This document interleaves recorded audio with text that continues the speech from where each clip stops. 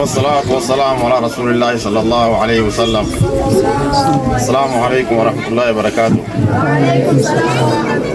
أنا نيجا كم بريد تانية جدي كم تجود دونا دعامي.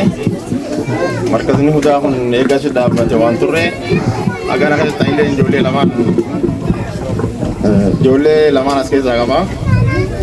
وبيتي حجيري فيلمي حجيري أما يسأل جدو قرآن فتانية تي حفظ جيراني gama cugu dona dagane wan brale wani fadum kabu gama cugu dona dagam tanaf ga markazu huda hana kayni guddate dagage bakagaw namu garayunu berada batu karna jawam berat nu berat kabu markazu rabbinu hagudus amin rabbinu hagudus amin masga tahfizul quran rabbinu hagudus ya ganyale rabbum rinu ale raisu